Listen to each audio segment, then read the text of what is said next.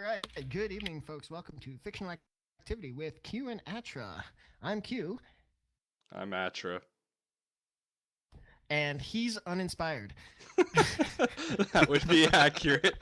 And the third chuckling you hear there is Kordath Bleu, resident rollmaster of what's that clan? Yeah, I think it's the first clan. What is it?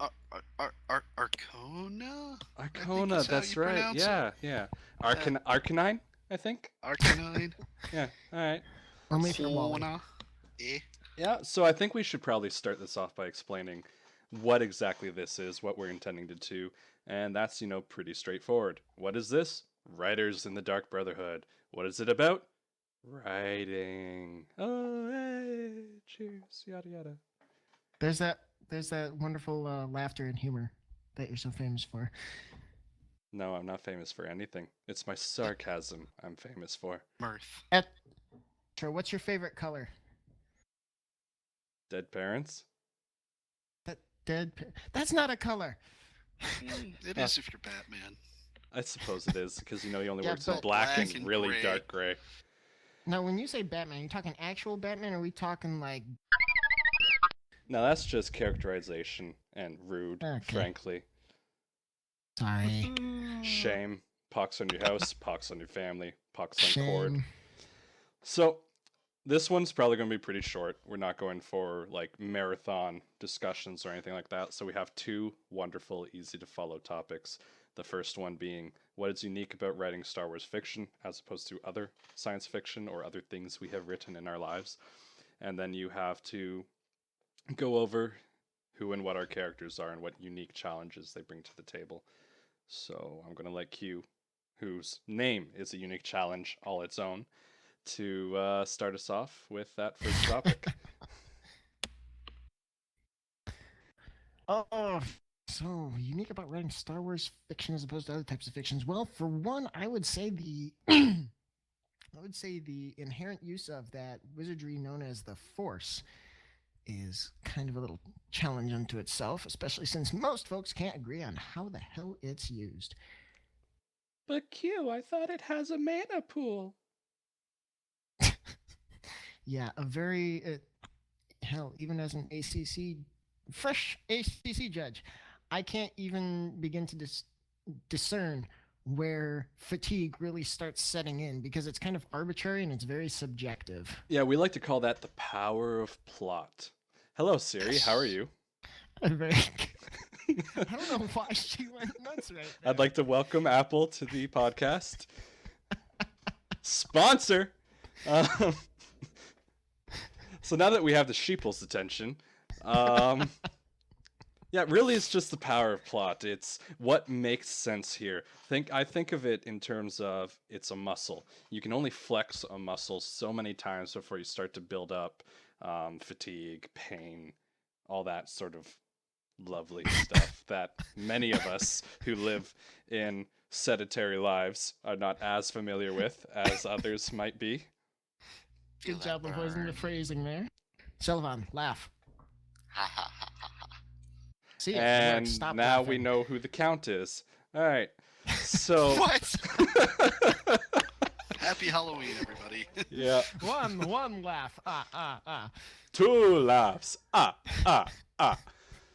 That was 3. You cannot count.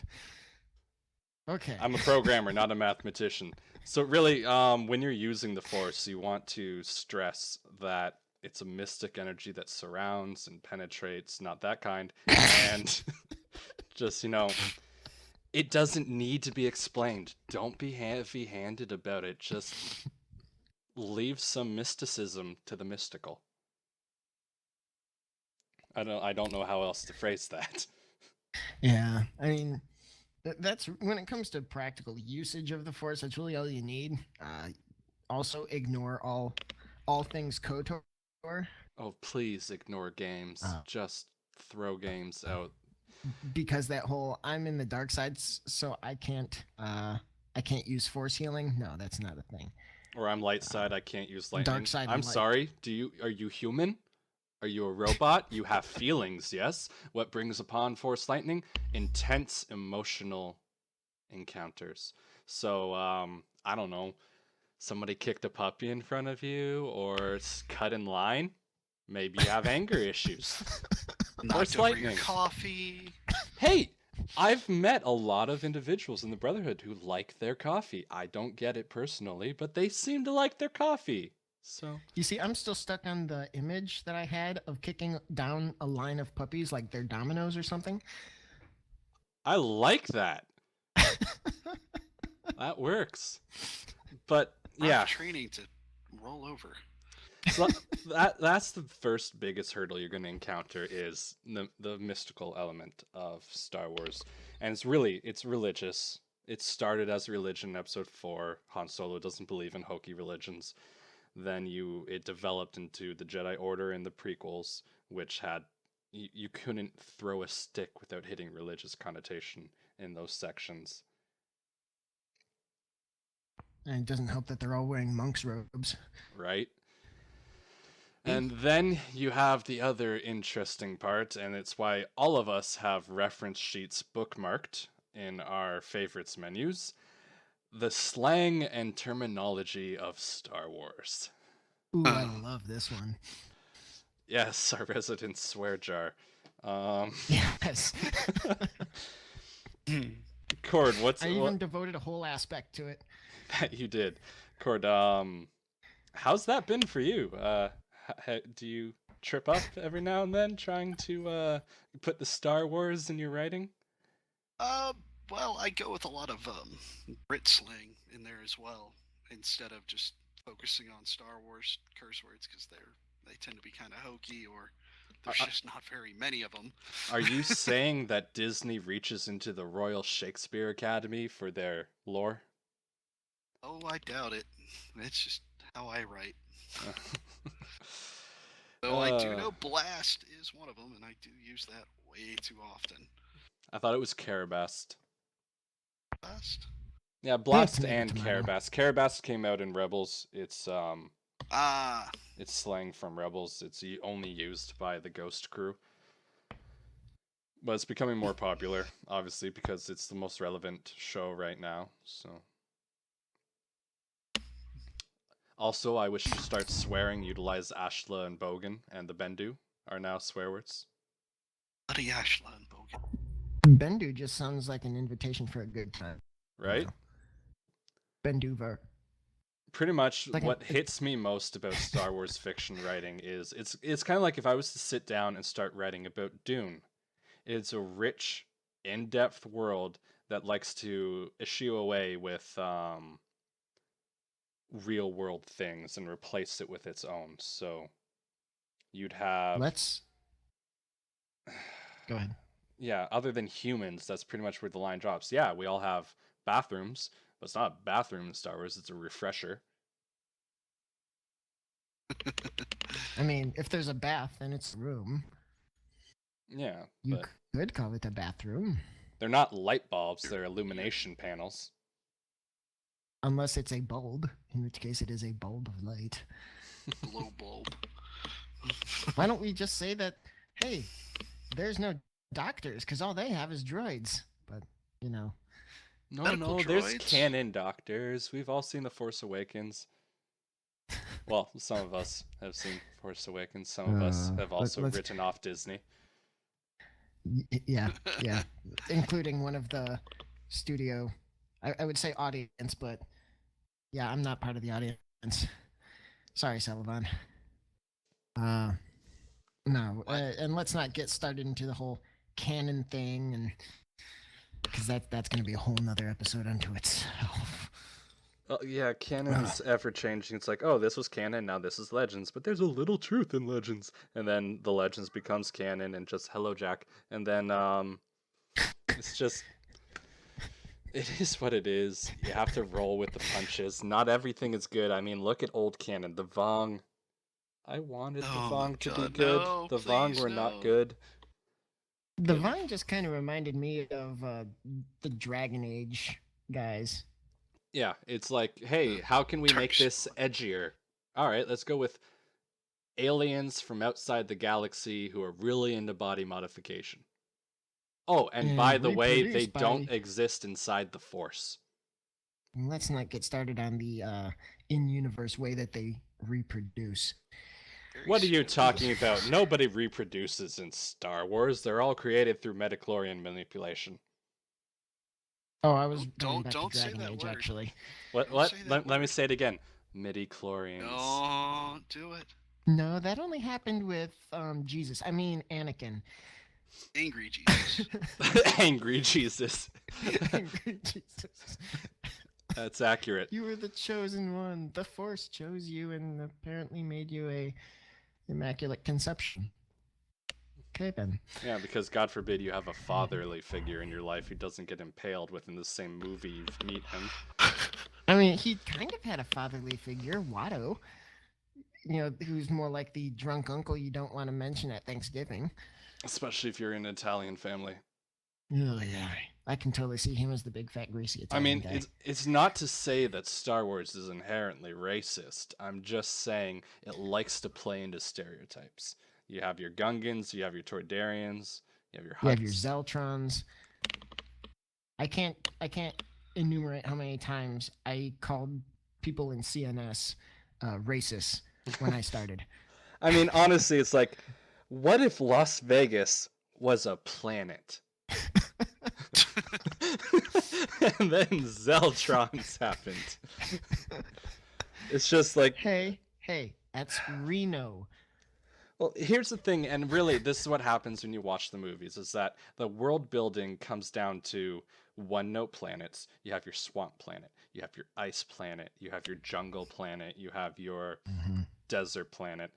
So rather than having diverse biozones, you have planets. And rather than having planets that look at the number of cities we have on Earth, and then look at them, and it's like, oh, there's only like 2 places on Naboo. There's the Gungan Yeah. city, and then there's the Naboo city, and that's it.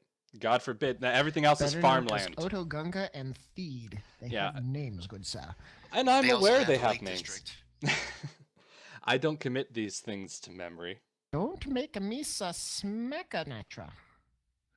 Gungans are not allowed in my chat room. God, that's just a walking stereotype. Just That was just so bad. I know Please why no they did Gungans. it. I know why I don't agree with it. There's just a lot to remember. It's just the scale. Essentially, writing in Star Wars is writing as if it's on Earth, but everything's blown up. Like, not like blown up. This isn't Alderaan. Everything is expanded into the macro. You have your countries are planets. Your cities are on the planets. Your territories are all over the place. You can blockade a system by blocking the hyperlanes, but that doesn't mean you can't go around that blockade because new hyperlanes are created by the more adventurous individuals. Well, and even then, hyperlanes are just a vague way of saying this has been Hello, deemed Jack. safe. There's nothing that's going to blow up your ship. Yeah, if you it's a try and proven travel through path there. that they've used. This is what they've determined as the fastest and or safest route through this section of space to get to where we're going. Case in point, the Maw, which I don't even know if that's canon anymore, but It's hard to say, really. It's just there's a Yeah. lot going on, and even like I can't remember everything. I don't expect anyone else to remember everything, so I'm constantly going on to Wikipedia and the DJB wiki and just going around, seeing what's what, getting information together. and if I find the canon air quotes on that, the canon description lacking on Wikipedia, if Disney can't get off its fat, lazy, money grubbing arse, and get some context in here, well then I'm gonna start going back to the original source. Yep, and that's what we recommend. That's what happens with a lot of species as well. There wasn't enough. Hi. There was enough information to know it's a canon species, not enough information to know anything about them. So we go to fill it in through legends until something contradicts that, and then we change it. So right now, wow, really, And that's Jack, Jack's a our little mascot. vocal tonight. It's like he knows I'm recording and wants in on the action. Animals do not take to orders very well. I don't know. No, I This just is a can't- topic that I could just come back to each and every time we sit down to talk. What is unique yeah. about writing Star Wars fiction? Everything. It's a unique world. It's had decades to be filled in and embellished and just grown into this thing that's so much more than what it was. It was never. When George Lucas envisioned it, he didn't envision what it became in the extended universe. The fans created the extended universe. They created from nothing and just made everything have so much more meaning. You look at the scene in episode 4 when they go into the Mos Eisley Cantina, and you get that glimpse in the background of Mr. Wolffang. It's my name for him. I forget the species name off the top of my head. Chevestian. Yeah, Something Chevestian like or that. something like that. Not Chevalian, that's a completely different, but it Made starts up with thing that somebody in the Brotherhood came up with to make another flavor of human. yeah, so it starts with Chev, I know that. But essentially, that was just, hey, you're on screen for all of 3 seconds. Why were you on screen? Well, we happen to have a few leftover props from some filming that was done nearby this studio. So we wanted to kill more aliens in the background, so we stuck a guy in Wolfman costume. And there you go. That's literally the story behind it. That's why that came to be. And then Extended Universe took that 4-second clip, not even 4-second, that like quick flash, and created an entire race and story out of it. I mean, we send them to get our coffee and they all die. What are they called? Bothans, thank you. Bothans have nothing other than many Bothans died. As far as canon is concerned, the only skills we know Bothans have are getting information and dying. That's all we have to go on. Extended Universe gave us so much more. They had this expanded spy network. They were full of information. They were useful. They were interesting. And now their They had a whole sketches. culture and military and now there's sketches in a notebook. That's the canon for Bothans now, is they've been mentioned and there's sketches of what they might look like. Strange dog-like people. Yeah. And hashtag thank you Big Disney. snouts. I mean, if they can't even embellish Bothans, how do we expect them to bring back Rin? How do we expect them to do anything interesting with a lot of that Legends material we have? There's no need to. They have to focus on what they have now and keep embellishing that. And if we're lucky, we'll get a smidgen of something. Chiss became canon because somebody happened to fancy them for Galactic Commander, and then Rebels decided to bring Timothy Zahn back from the dead or whatever he's been doing. And I don't follow authors. I don't know what they do with their lives. And bring back Grand Admiral Thrawn. And he's been interesting on Rebels. It's nice to... There's something so alien about his representation. It's because he's an Rebels alien. so far. Right? And just the way he talks, the way he carries himself that's is assuming unique. a lot just because he's blue. But he's an alien. Did you just assume his speciality? That's not even a Because word. he's blue. I mean, oh Hey, my you God. assume I'm a Dubba-dee, slut just 'cause dubba-die? I'm red. I mean, if the shoe fits. If you announce it every time you talk like a vegan Or a CrossFitter. or a CrossFitter. We all know about you and Zeltrons. And Timothy Zahn is in fact still alive. Yeah, I know, because he's writing a new novel. What? They brought him back in to write Thrawn again, Oh. with the oversight from Disney. Uh-oh. Yeah, that oversight is probably what's going to make it actually believable. Rein in the Mary Sue. Rein him in. Oh, oh God, yes. Mary and Gary And Stew. we'll get Sorry, Sue, not get Stew. we'll get into science fiction and military capabilities in a different episode as well. Yeah, I mean, we're going to be circling around to this a lot. It's just, Oh yeah. right now, the Brotherhood, the biggest upheaval, obviously, is what a lot of people are calling the second coming of Hitler. You have the undesirable strain. Honestly, at this point, everybody's desensitized to it because it's become the status quo. We know what's going on with the undesirables. Well, no is a quote air quotes term. We know what's going on with the resistance. We know bad things are happening on both sides of the fence. and just Really? Because I haven't seen anything happen bad on the DC side of the fence, on Pravis's side.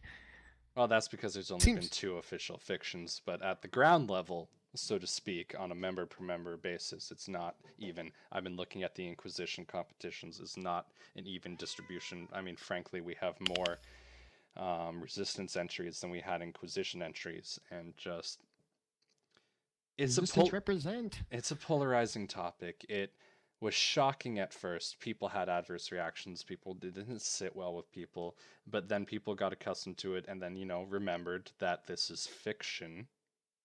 Oh We're yeah, we're the bad despised guys. it at first. Yeah, and now it's just become the status quo, and we're going to roll with it. It's going to move on, and probably culminate in a great Jedi War, and that'll be interesting. The first one I've ever done. So Yeah, me too. yeah. Jax too, apparently. He wants food or something. He can just go away. So Jack's voicing his opinion on the lack of treats. yeah, we need a cat race so that people can get their Cathar on.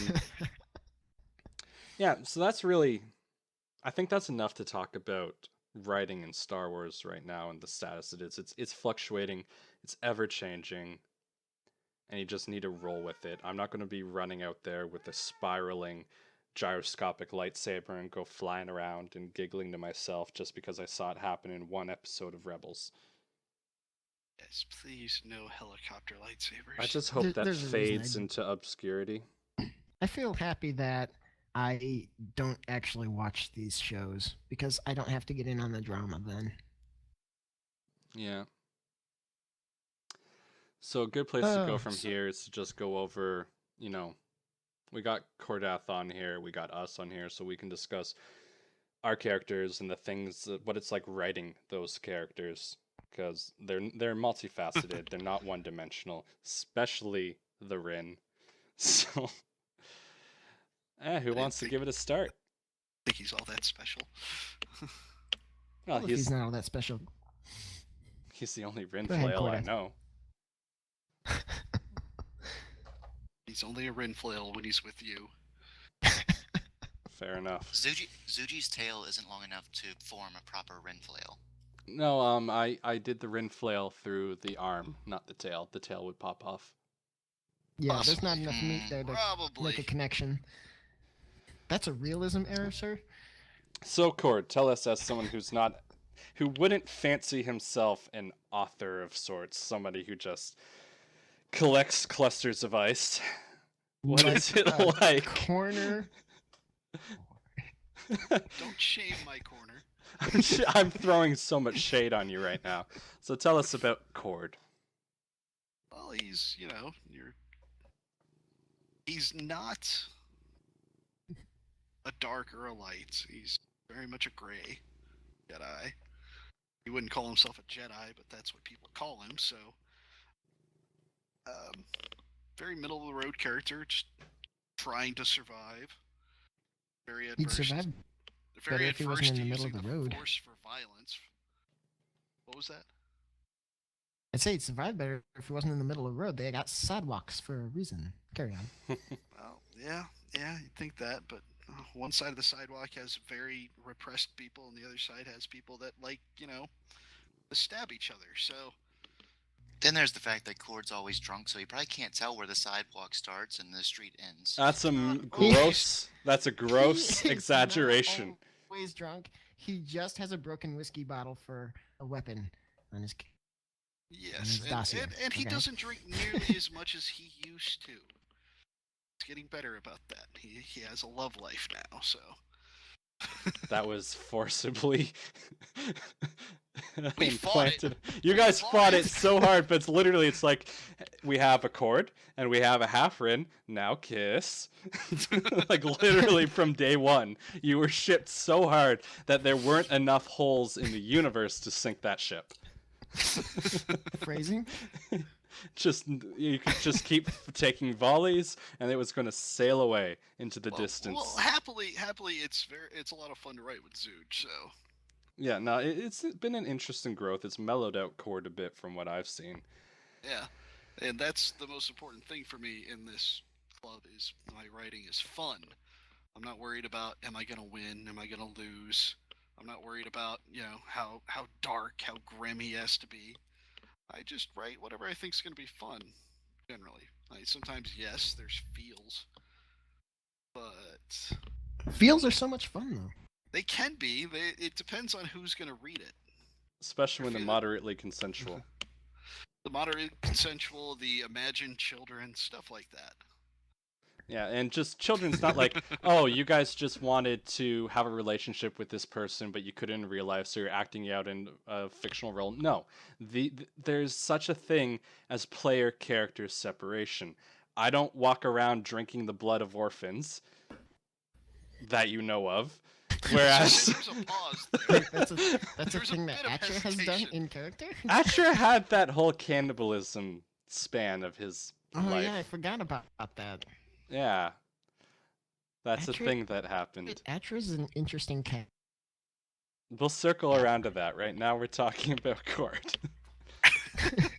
Cord has never drank the blood of orphans That we know of. that he knows. So, No. Children. It's with not the parents same. Still, on the other hand, fair game.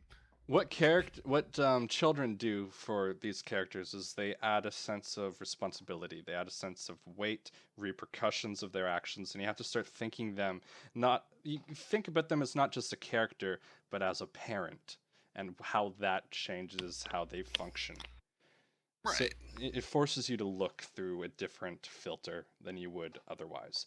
And that's what should be most important in the club with your characters, is taking how others write that character, so long as they don't, for lack of better phrasing, bastardize it. And Right. Make broad assumptions. That, yeah, and grow the character. Yes. It's your character, but everyone's contributing to organically define how this character becomes. You don't control in your day-to-day life the experiences you're going to have. You choose where you're going to be and when, but you don't choose what other people are going to do, how they're going to make you feel, and how that's going to change who you are. And so why should your character be any different in that regard?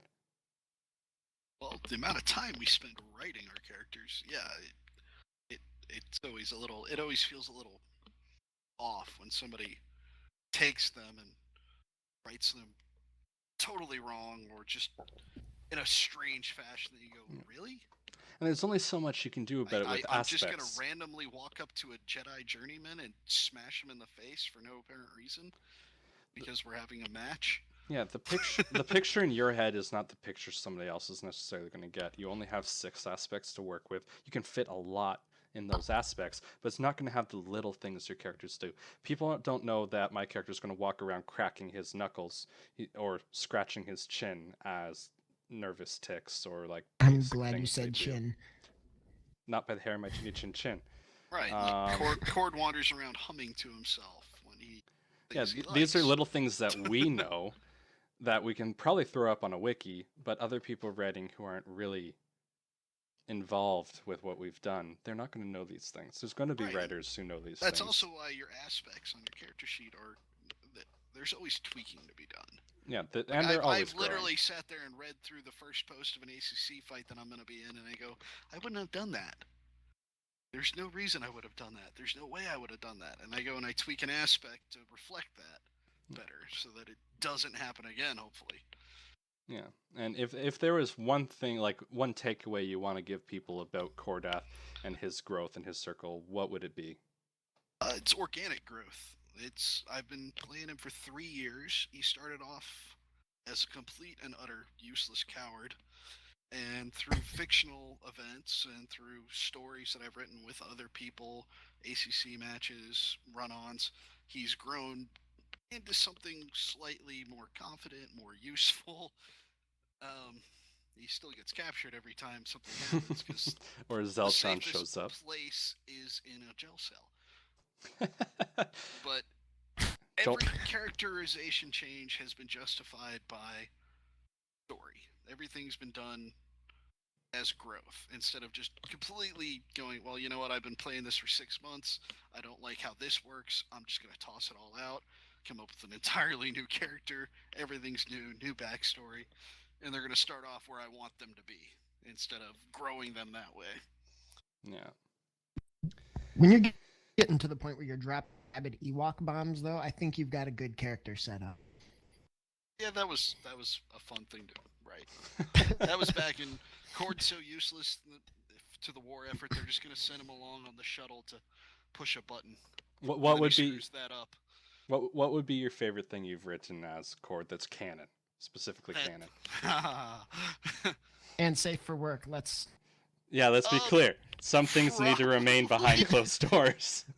Probably my piloting contract from the ACB, which I know God. Celevon hates me for. The drunken retelling, or the retellings of a drunken adventure, an incident that ended up with him being in a cell. You see, that just sounds like a good time. Good Tuesday. It was great fun to write.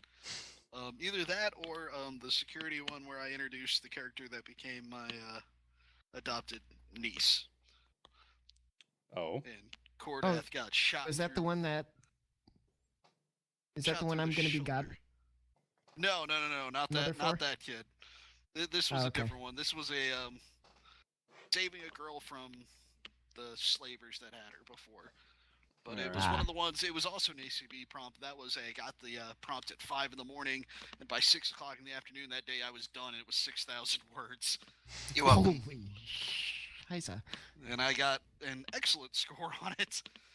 It happens. It's the best thing I've ever written, I think, and it was definitely one of the most entertaining, and it's actually done a lot of shaping of my character in the future. So. To add context to that, I wrote that prompt, and within 48 hours of delivering the prompt, I was grading the damn thing. Yeah. All right. Well, let's keep the ball rolling. We've already been at this for 32 minutes, 45 seconds. So no one's counting, though. No, at all. It's not like I have a number in front of me telling me how long I've been recording. So let's go with our youngest member in this channel. And how should I phrase this?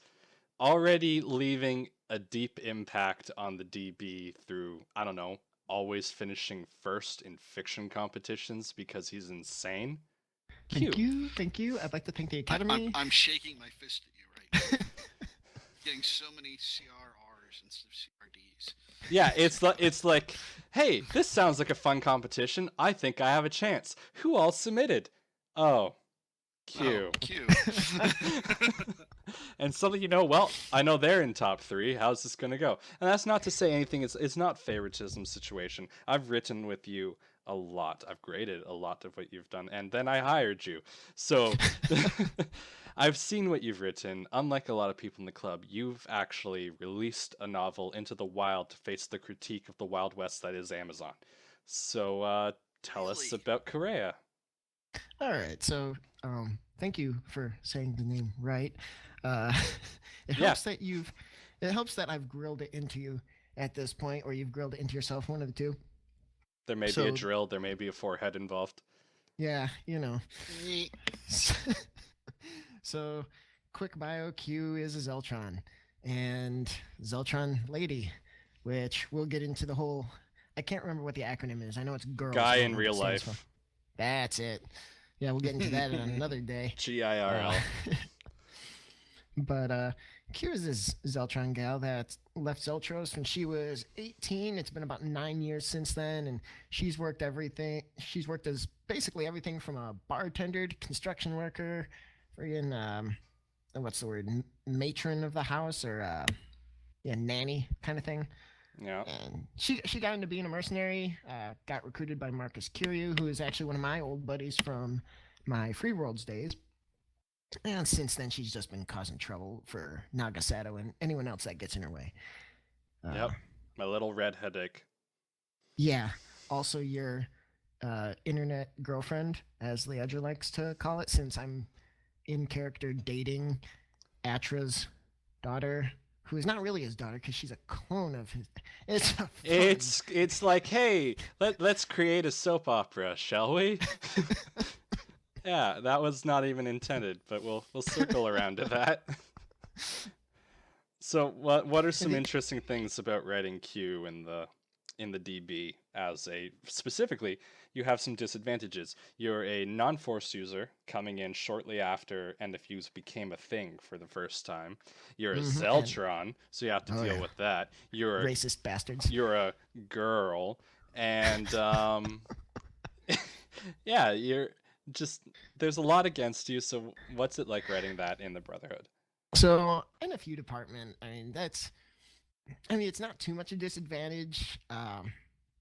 Guys who did the whole character sheet revision, this was right before I joined, I guess, when NFUs came into being. So whoever put together the character sheet stuff for that did a great job. I've had absolutely no problems writing Q, even in the ACC. And this is despite setting up her character sheet as a rather well-rounded individual. I put points into survival, into piloting, and all that business. So as an NFU, it's just a matter of you got to get creative with the character. You got to use all their skills available to them, and if you don't do that, then you're not using your character to its fullest. And I try to do that with Q. Now, as for playing a Zeltron, much less a girl Zeltron, well, female, I just imagine what it would be like if I were a girl. It's like, okay. Yeah, I can't go into specifics without getting past the PG-13 rating because I don't have that kind of filter on me. It's just not going to happen. Not after 3 Angry Orchards. No. No, Once our the other sponsor alcohol for the gets night. involved. Yeah, sponsor. Seriously, call But us. But As for playing a Zeltron, though, Q's got the funny quirk of not actually agreeing with her heritage and with her culture. The whole promiscuity, partying, basically the general hedonistic lifestyle that is very iconic for Zeltrons, she does not espouse. And while a lot of other Zeltrons in the DB will be like, "Oh, my character's not a party girl," I'll be like, "Yeah," and Michael Jackson was really a white guy. Come on, folks, let's get with the program here. So that was a bad joke. I'm sorry. That was a lot funnier in my head. you're not sorry.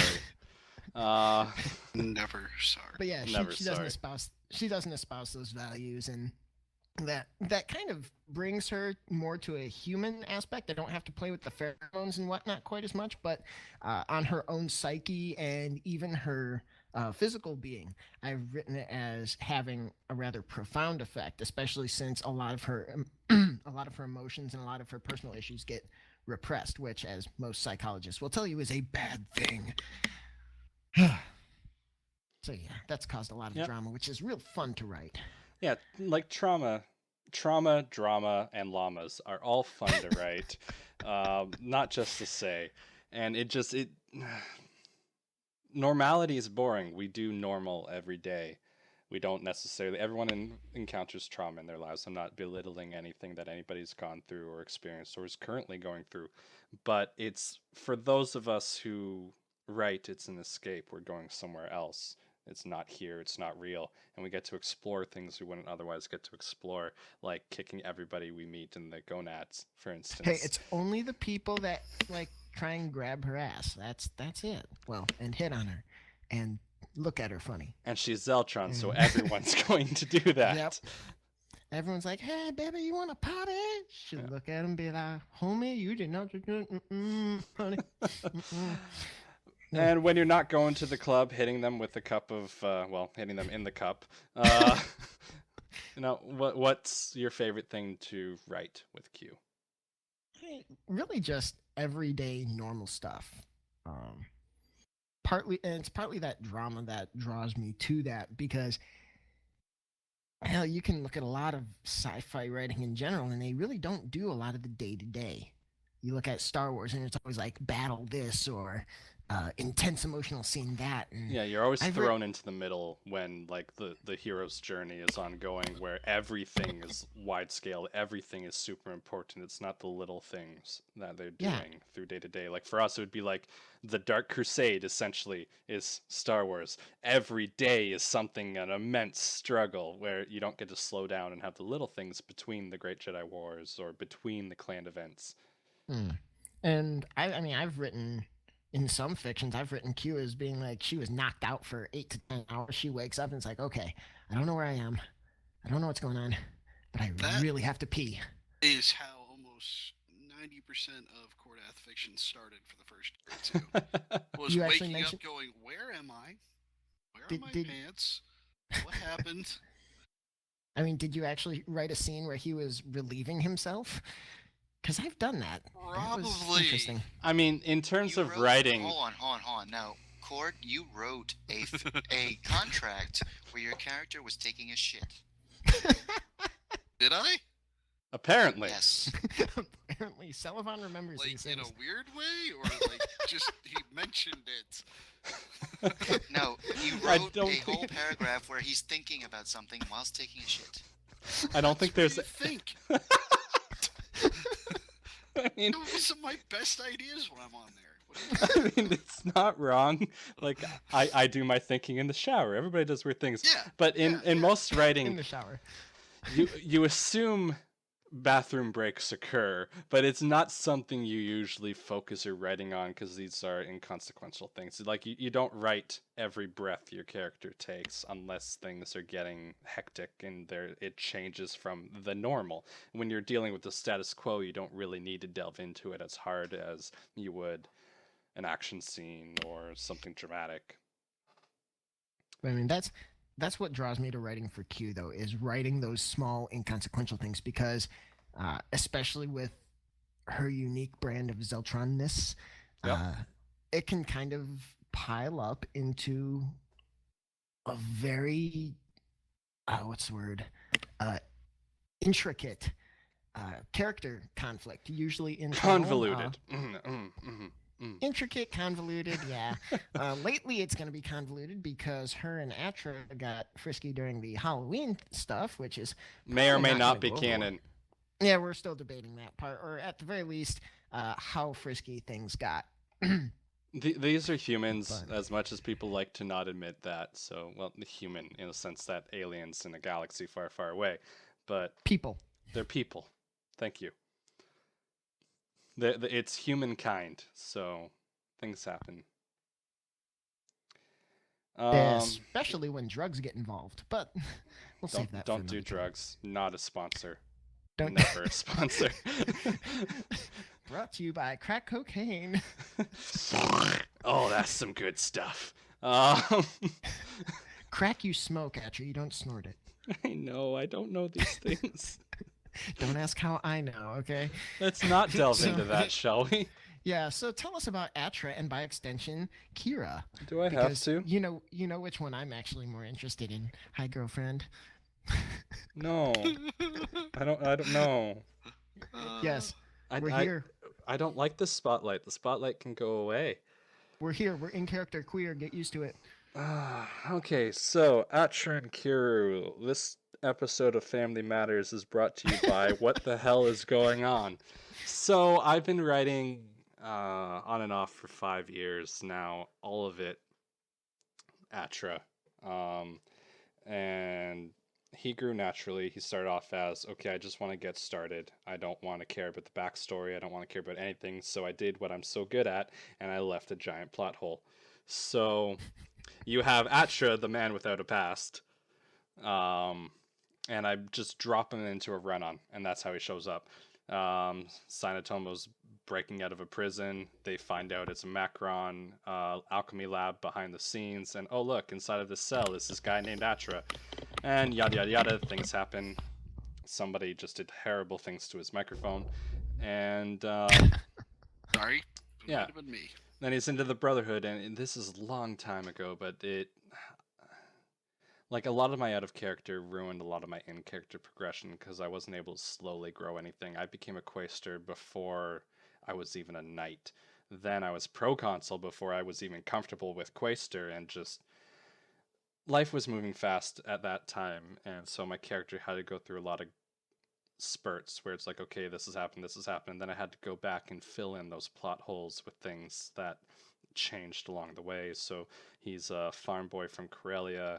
His parents were found viciously murdered, like blood painting the walls kind of deal, and he had such a severe gash through his torso that you could see bone through it. He should be dead by all rights, and he still has that scar as a character. I mean, if you think of my character as death by a thousand cuts, his story is woven through his flesh, hardcore. He has scars everywhere, burns up his arms and his back, and that's all from natural growth, in the sense that what I pride myself on is my characters have weaknesses and they get hurt, and they get hurt a lot.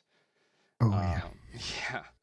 So he grew up in a brotherhood that's pure conflict. He didn't have much of a life outside the cells, so his existence has been conflict, and that grew tiring. When I had to leave the brotherhood to sort out my life, I rolled that into my character. He left. He took all the baggage that is the DB left, and then when I came back, I took that 2-year stint and rolled it into the character. While he was gone, he found himself a lover. He had a daughter, Qyreia, and in that time he went off the deep end because both wound up dead, and that has emotional scarring.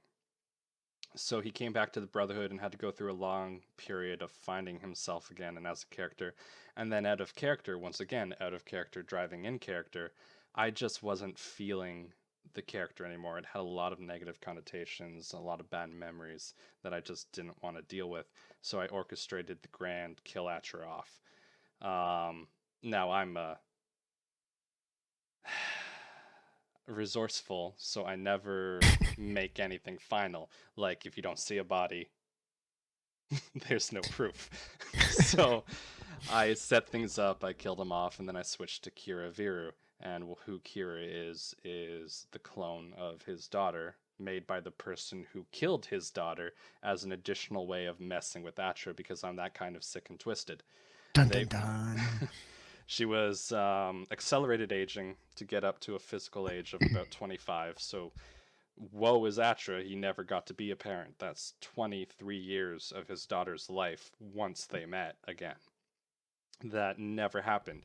And in that time, Qyreia as a character lets me play with childlike wonder. Everything is new and exciting and is a learning experience. And it's just refreshing to be able to write that, because it lets me remember when I was new, when things were exciting to me, and it lets me touch back in that. And it's just like, all right, we need to hit the refresh button, so let's write some Qyreia, or let's think about what's going on in her life. Even though I'm maining Atra, I don't just let things fly. Like, Atra has his own NPC posse going on here. You have Lux Venya, who was most recently shown in the Ace Discipline article. Mm-hmm. And then you have the name I cannot pronounce to save my life, Adelind. And I know I'm doing that wrong. Hey, it's your character, man. It's how you pronounce I don't it. even think I can pronounce my main NPCs. Yeah. Aramis. Strong. Well, that's because it's a Chiss, and we all know Chiss names are convoluted as balls. Right. Send it to me. I'm sure I could level it up a little bit.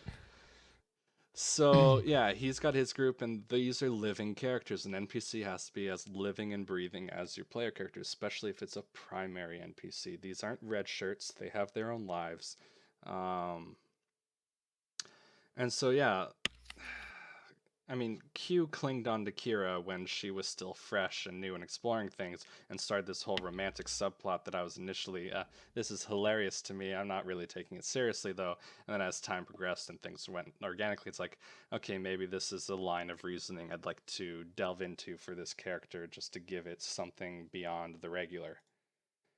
And so that's what happened there. And since then, I've been nose to the ground in the voices office, unable to do much character development outside of the occasional fiction entry.